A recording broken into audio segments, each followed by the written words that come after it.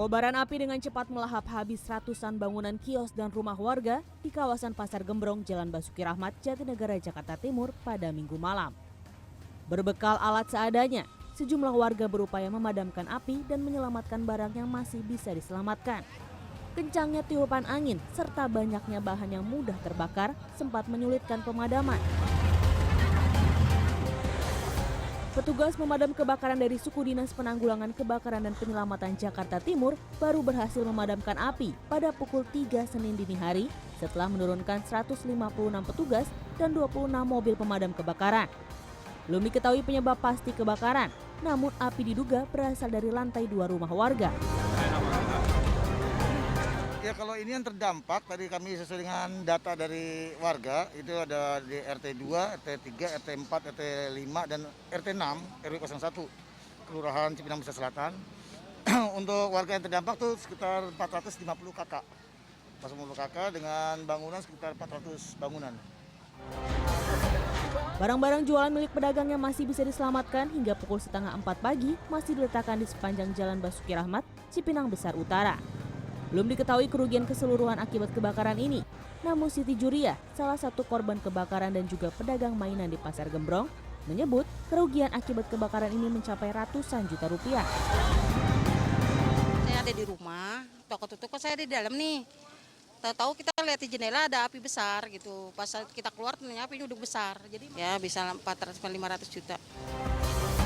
Akibat kebakaran ini, jalur lintas bawah Basura atau di depan lokasi kebakaran ditutup sementara. Menurut data sementara, sedikitnya 400 bangunan di 5 RT hangus dilalap si jago merah. 5 orang terluka dengan 450 kepala keluarga terkena dampak. Bagi ratusan keluarga yang terdampak, 2 tenda pengungsian disiapkan oleh petugas di depan lokasi kebakaran pada Senin dini hari. Warga memilih untuk mengungsi di tenda dekat lokasi kebakaran karena tidak ingin jauh dari rumah mereka yang sudah ludes dilalap api. Nggak ada yang ke bawah, Bu? Soalnya kan rumahnya deketan, Mas. Yang kebakaran sama sampingan, sampingan. Jadi nggak ada yang ke bawah. Pas saat kejadian Ibu sedang apa sih? Aku sedang rebahan. Istirahat ya? Cuman apinya ada di atas samping kakak aku. Tapi keluarga semua bisa keluar, Bu? Alhamdulillah selamat. Hingga Senin dini hari, petugas masih melakukan pendataan untuk para warga yang terdampak kebakaran ini. Tim Liputan, CNN Indonesia.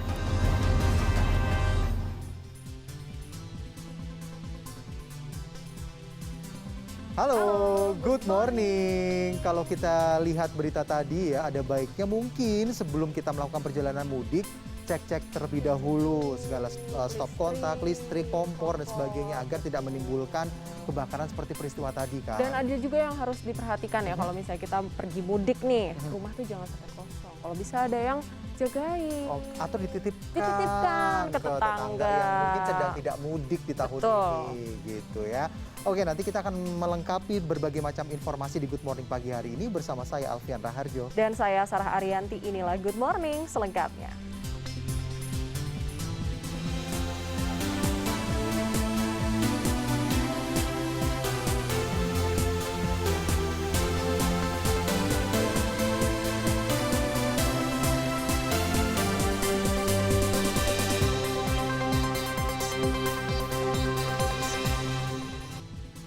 Masih soal kebakaran, kali ini sebanyak 39 rumah dan 2 unit ruko di kawasan Batu Ceper, Gambir, Jakarta Pusat terbakar kemarin.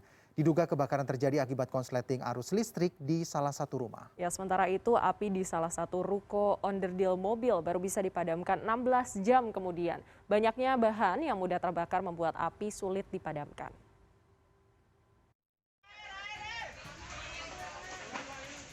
Kobaran api melahap permukiman warga di Jalan Batu Ceper, Kebonpala, Gambir, Jakarta Pusat Minggu pagi. Api berawal dari salah satu rumah warga yang diduga muncul akibat hubungan pendek arus listrik. Tiupan angin membuat api semakin berkobar dan menyambar bangunan lainnya. Salah satunya adalah ruko yang menjual onderdil mobil. Saya juga kurang tahu, Bang. Saya tahu salah apa, tapi sana mau ke mana. Tentunya api dari belakang kosan. Rumah Ibu kena gak? Kan itu nomor 1. belakang. Sebanyak 26 unit mobil dinas pemadam kebakaran didatangkan ke lokasi untuk memadamkan api. Warga sendiri tak sempat menyelamatkan harta benda mereka. Minggu sore, petugas Sudin Penanggulangan Kebakaran dan Penyelamatan masih melakukan pendinginan. Aparat dari Polsek Gambir juga memasang garis polisi di salah satu rumah warga yang diduga menjadi lokasi awal api muncul.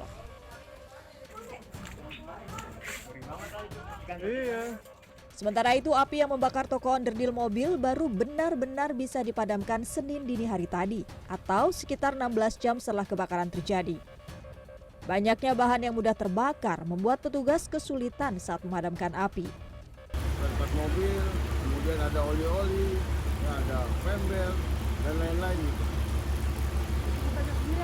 Itu dia kesulitannya, memang akses kita ini di dalam agak sulit juga, karena di dalam itu sempit sekali ruangan, tumpukan-tumpukan material daripada spare part tadi itu sangat banyak sekali. Akibat kebakaran ini, pemilik toko diperkirakan mengalami kerugian hingga miliaran rupiah. Kasus kebakaran ini masih diselidiki oleh Polsek Metro Jakarta Pusat dan Damkar Jakarta Pusat. Tim Liputan CNN Indonesia.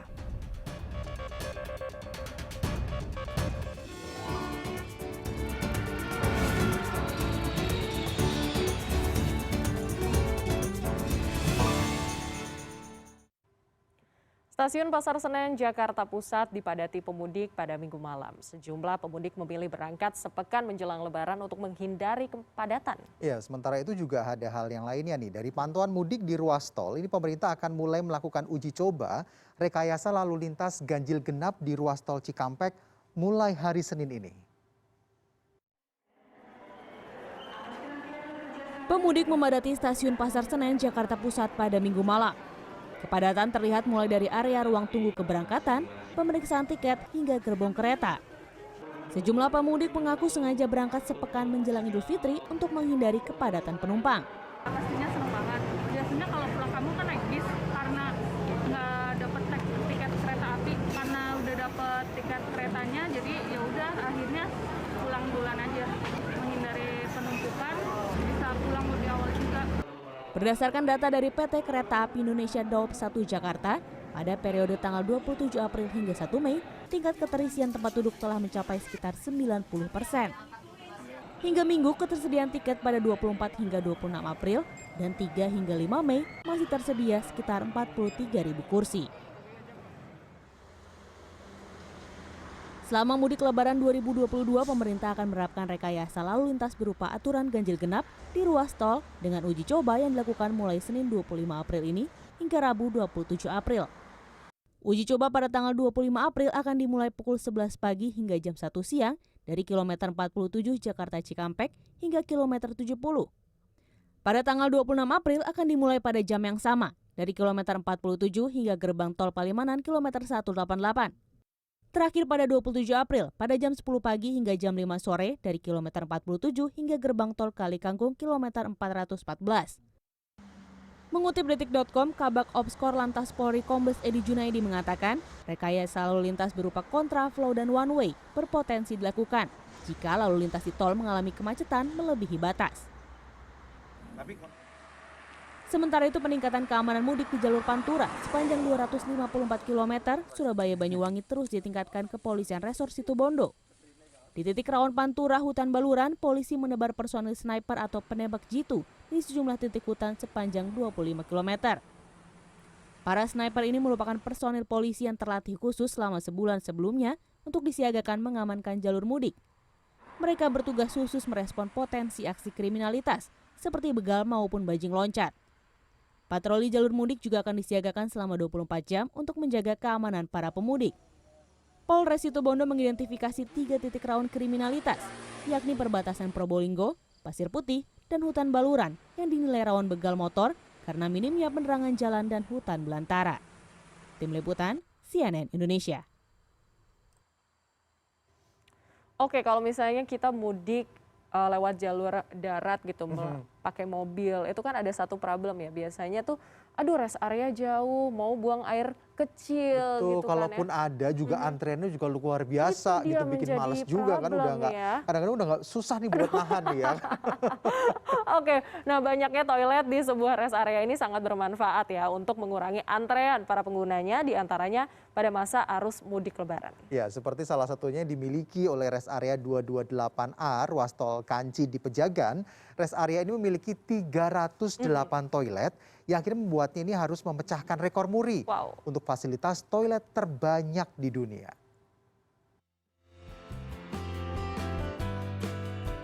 Rest area selalu menjadi tempat yang penting bagi pengguna jalan tol, terutama pada arus mudik dan balik lebaran. Rest area memberikan banyak fasilitas baik untuk istirahat, isi bahan bakar, hingga keperluan untuk ke toilet umum. Rest area 228A Jalan Tol Kanci Pejagan di wilayah Kabupaten Cirebon, Jawa Barat memiliki 308 toilet berbagai jenis toilet untuk pria dan wanita. Bahkan toilet ini juga memiliki beberapa toilet khusus untuk difabel dan lansia. Meski jumlah toilet ini sangat banyak, pihak pengelola rest area 228A tetap memperhatikan kebersihan dan kenyamanan di toilet tersebut. Hal ini untuk memberikan kenyamanan bagi pengguna atau pemudik yang membutuhkan fasilitas toilet umum saat berada di rest area. Ya, toiletnya luas banget. Ini cocok untuk mudik ya. Jadi kalau mudik kan biasanya kita tuh kesulitan toilet. Nah, kalau di sini kayaknya enggak deh. Untuk kebersihannya sebenarnya gimana? Lumayan bersih kok. Dengan 308 toilet, pihak pengelola rest area 228A mengklaim fasilitas toilet di rest area mereka yang terbanyak di dunia dan telah memecahkan rekor muri dengan kategori fasilitas toilet terbanyak. Fasilitas ini mengalahkan rekor toilet terbanyak sebelumnya di SPBU Tegal yang berjumlah 107 toilet. Sebelum itu kami kan mempunyai toilet terbanyak di SPBU di Tegal, SPBU Muri Tegal. Nah, sekarang kami mendapat kesempatan membuat rest area. Kami juga membuat rest area dengan toilet terbanyak di dunia, yaitu 308. Itu berdasarkan Muri Sport Indonesia. Dengan banyaknya jumlah toilet, diharapkan pengguna atau pemudik yang mampir ke rest area tidak perlu antre. Jerry Komara, Cirebon, Jawa Barat.